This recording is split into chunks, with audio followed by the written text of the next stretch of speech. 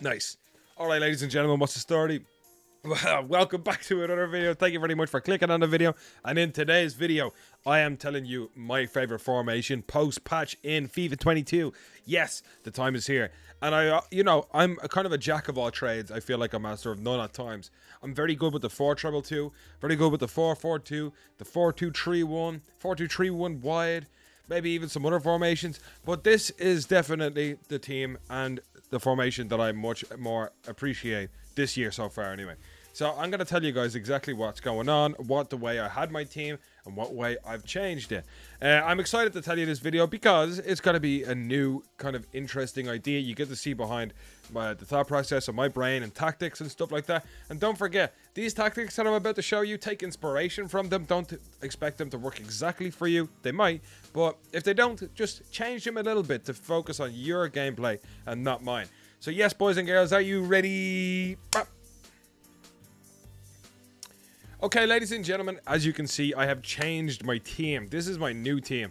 We have Koulibaly, we have Di Natale, and we have Vidal. We got rid of Van Dijk, who is now on the bench, Son, who is also on the bench, and we sold Kante, and we have an untradeable Vidal here. I'm trying them out. I'm actually liking them so far as well. Very good team, very nice people. Let's just go on with the custom tactics. So what you're looking at right now is my 4-2-3-1 tactics, and no, I don't play like this, but I have to do it to make you guys watch my video a bit more because I spend quite a lot of money on YouTube. Don't make any money off YouTube at all, so I would like to get some money and make back some of the money that I've spent in the last year. Okay. But yeah, pretty much. Alright, so defensive style, you know what we kind of go with all the time. It is balanced, okay? That is just something that we like to do. It's the way we like to have things. And it's going to stay that way, okay? If you want an explanation, check out one of my earlier custom tactics videos. And then the width, it was changed from what I think I remember as being 45 is now 50. 4-2-3-1 is a very balanced formation. I don't think the width has to be changed very often, especially defensively, okay? So 50 is fine. It's nice and tight at times, but it's also wide enough to then mark the wings. So then the width, the depth, we have changed as well. It is now 55, okay? So 55 is what it is. I'm pretty sure it was higher than that. It was 60. We're going to keep it at 55.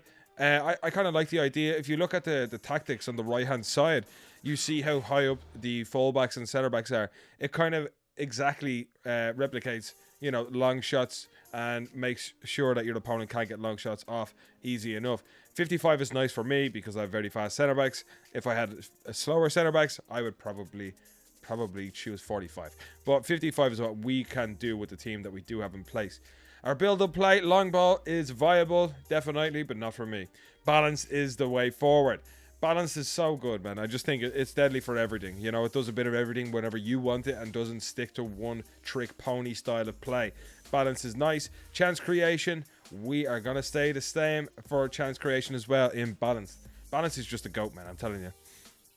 And again, width here on offense has also changed. I'm pretty sure it was 55 last time, but now we have made it actually wider. 60 is what we use. 4-2-3-1 is best used with its width. I'm going to attack the wings in this formation quite a lot, so that's exactly what I do. And I wanted to up the width a bit more because I had it at 55. It was great for finesse shot. 55 is now slightly too narrow for me, I feel. It's very minute, I get it, but 55 was extremely narrow for... Not extremely narrow, slightly more narrow for finesse shots, but they're slightly less viable now. So made it a little bit wider so I can get down the line and do more with that. I have also changed the players in box. It was 5 at the time. I have now changed it to 4.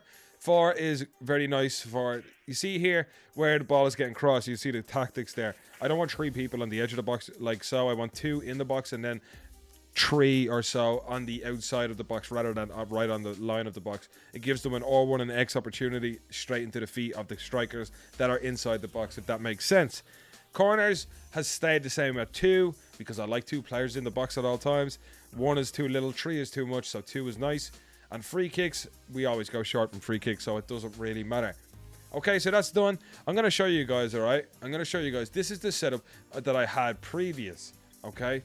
This is the setup that I had previous than right now. When it comes to my previous 4-2-3-1 tactics, this is the way it was formatted, okay? So we had Cristiano Ronaldo and Lam, we had Son and Ram, we had Mbappe and Cam, and Ganola and Striker.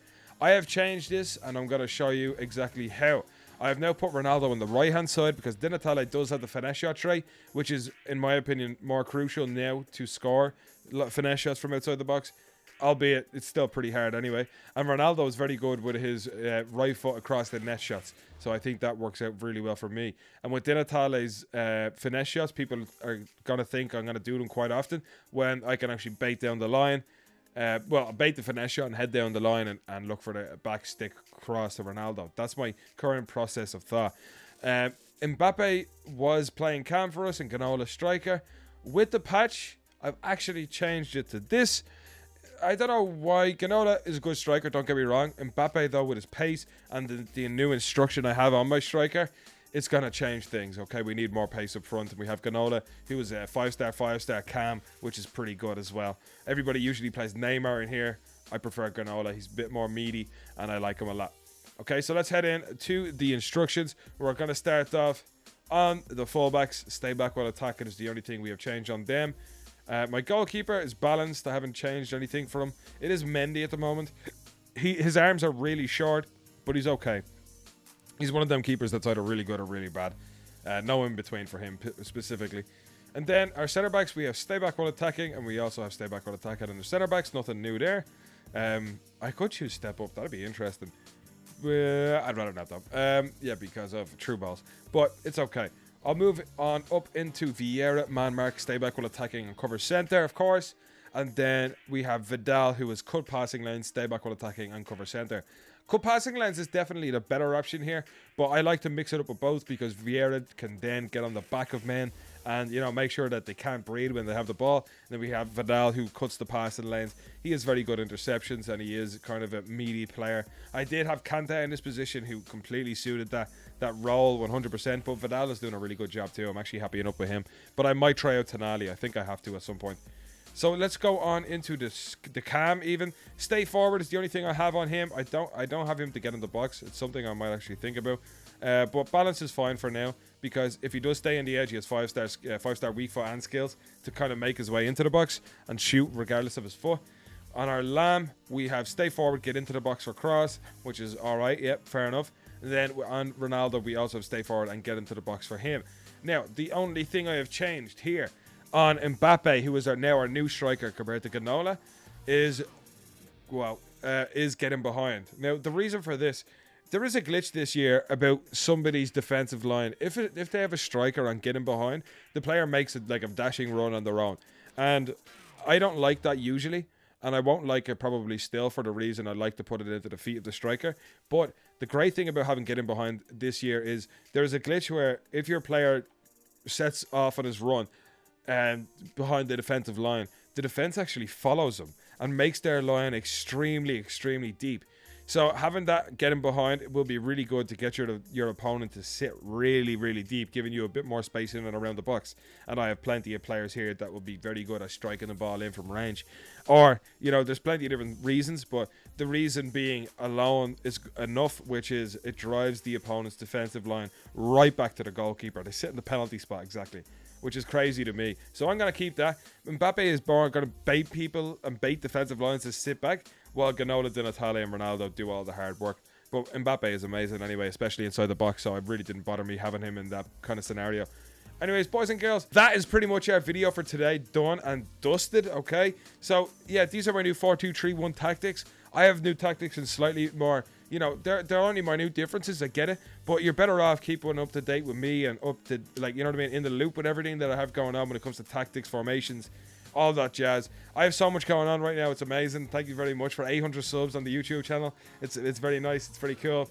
And hopefully, we will be able to keep on pushing forward, bringing out content every single day over here on this channel. So thank you very much, boys and girls. It's been Example. Good luck.